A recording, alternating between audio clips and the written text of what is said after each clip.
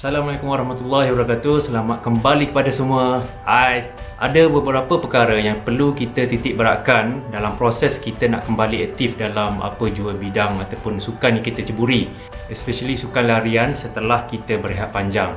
Okey, untuk istilah berehat panjang ni dalam sukan ada beberapa jenis. Salah satunya berehat secara keseluruhan dari segala aktiviti fizikal disebabkan oleh kecederaan. Yang ni memang mengambil proses yang lama sedikit lah dan sedikit teknikal dari segi latihan, volume dan juga alertness terhadap injury itu sendiri.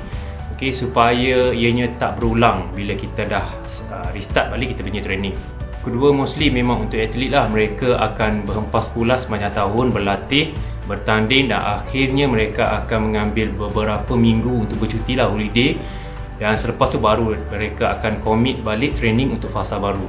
Ketiga, berehat kerana berdiri laluan pada bulan Ramadan. Dan juga situasi yang berlaku pada kita sebelum ni memang tak pernah berlaku dalam sejarah hidup kan.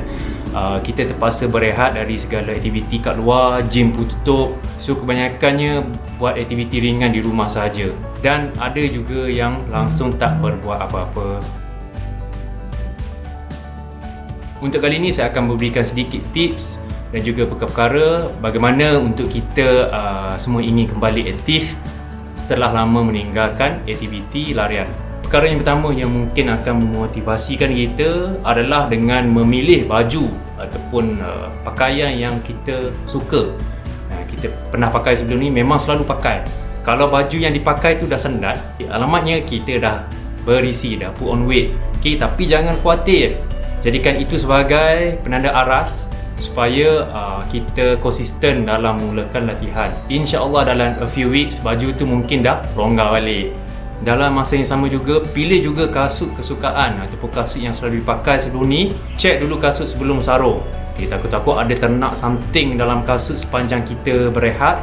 Dalam masa yang sama, periksa juga kondisi kasut, tapak haus. Okay, kalau dah teruk sangat, bolehlah guna duit raya korang tu untuk beli sepasang kasut yang baru.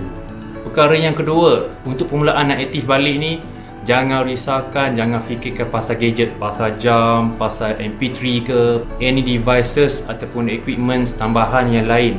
Kalau boleh, minimizekan sebaik mungkin untuk kita mengelakkan terjadinya stres. Sebab apa? Sebab dah lama tak pakai jam, GPS dah high wire, bateri tak charge kan, belt tu dah longgar ataupun dah ketat sangat. So tak nak stres awal-awal, lupakan pasal gadget. Tapi kalau nak guna, tak ada masalah. Alang-alang dah ada, macam saya dah fully charge, dah get ready. Make it simple. Macam saya just guna jam untuk tengok ataupun fokus pada heart rate saja. Sebagai contoh, untuk permulaan larian dalam zon 1 untuk beberapa minggu lah. Mudah kan? So tak perlu nak stres-stres. Kalau ikutkan kronologi dalam proper training, untuk determine how we should return dalam training ni, kita kena relate dengan previous training load yang kita buat sebelum ni, yang last kali sebelum kita stop. Sebagai contoh, previous training load ataupun volume, kita berlari 100 km dalam tempoh seminggu, mileage lah. So untuk relate dengan permulaan ni, ambil sahaja 20 hingga 30% daripada yang previous load tu. So kalau last kali kita training dalam seminggu tu 100 km mileage, so kita ambil 20 hingga 30% sahaja daripada previous load, dan ianya sudah pun memadai untuk sesi permulaan ni. So kalau 100 km seminggu, untuk sesi permulaan ni 20 hingga 30 km sahaja seminggu. Barulah kita akan hindarkan diri dari kecederaan. Itu paling penting. Perkara yang ketiga yang sentiasa menjadi kesilapan kepada kita semua, termasuklah diri saya, kalau boleh lupakan pasal pace, distance ataupun timing. Okey, ukur kasut dan juga baju di badan sendiri. Apa yang saya buat sebagai permulaan, saya akan brisk walk dululah.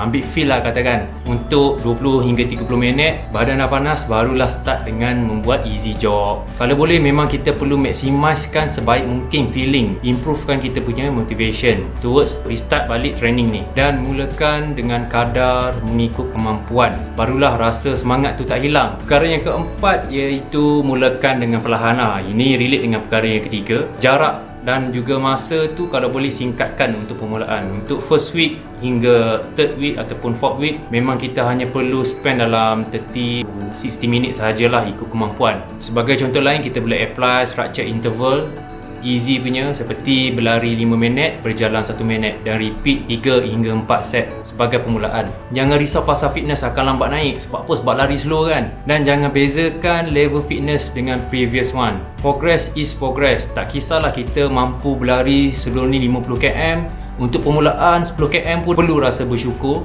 Ia tetap salah satu achievement yang perlu dinilai. VO2 max, performance condition turun, biarkan je. Yang penting konsisten dan juga elakkan kecederaan dalam tempoh permulaan ni. Dalam masa sama, tempoh, interval, heat repeats ataupun any repetition workout dalam larian perlu dielakkan. Layan dulu easy run dalam masa 2 hingga 3 minggu, dapatkan fitness, especially aerobic terms, dan barulah masuk ke fasa speed dan juga seterusnya. Perkara yang kelima, bila buat sesuatu perkara mesti ada goal dan juga target. Rancang latihan secara sistematik.